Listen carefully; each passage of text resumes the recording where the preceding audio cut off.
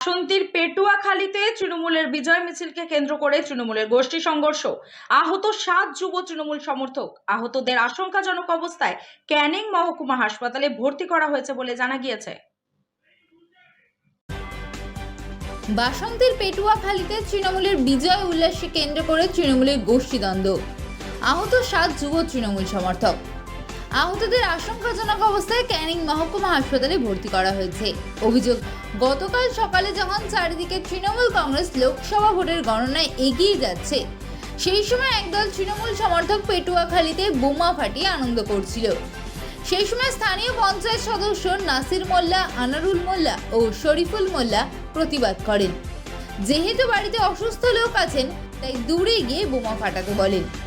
এরপর উভয় পক্ষের মধ্যে বচসা শুরু হয়। খবর পেয়ে বাসন্তী থানার পুলিশ গিয়ে সেই সময় গন্ডগোল থামিয়ে দেন, কিন্তু পরে বিকেলে আবার যুব তৃণমূল সমর্থকরা স্থানীয় পঞ্চায়েত সদস্যকে লাঠি রড দিয়ে বেধড়ক মারধর করেন বলে অভিযোগ।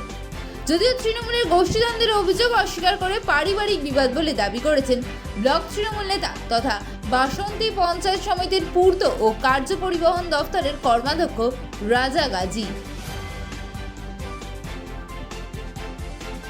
বাসন্তীর চরবিদ্যা গ্রাম পঞ্চায়েতের পেটুয়াখালীতে তৃণমূলের বিজয় উল্লাসকে কেন্দ্র করে তৃণমূলের একটা গোষ্ঠী সংঘর্ষের ঘটনা ঘটেছে।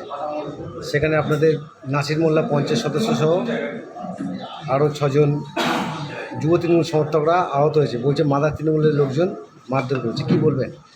দেখো, এখানে মাদার যুব বলে এরকম কোনো ব্যাপার নয়। একটা পারিবারিক ব্যাপার, জমি নিয়ে বিবাদ, তাই নিয়ে গণ্ডগোল ঝামেলা হয়েছে।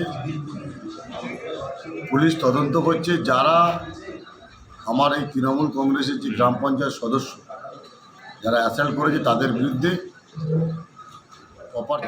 এমনি গল্প করছিল। হ্যাঁ, ওটা সকালে একটা গন্ডগোল হয়েছিল, হতে সেটা মিটমাট হয়ে গেছে। তারপর বসে গল্প করছিল, হঠাৎ ওপর থেকে কিনে গন্ডগোল ঢুকেছিল ওই বোম মারামারি করে, মানে বোম ওরা আনন্দ করছে ঘরের দৈরের সামনে বোমটা মারছে। কারা? ওটা হচ্ছে কি ওই জাফর শেখের কিছু ছেলেগুলো আর কি। আচ্ছা,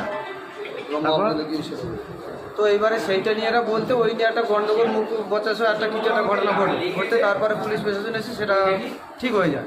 ওতে সেই মতো পরিস্থিতি ঠিক থাকে। তারপরে এসে এক জায়গায় গল্প করছিল, হঠাৎ কিছু লোক খাল পার হয়ে এসে আচমকা এদের উপরে চড়া হয়। কোন দল করে?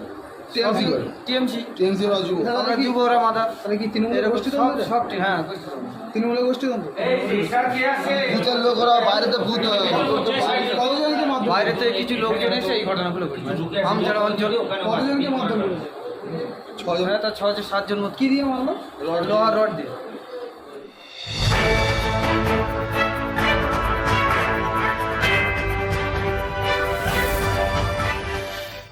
বাচ্চাকে সঠিকভাবে বড় করতে, যদি বাচ্চাকে ভালো করে বুঝতে পারি, জানতে পারি, চিনতে পারি, তাহলে কিন্তু আমাদেরকে মানুষ করতে অনেক সহজ হবে।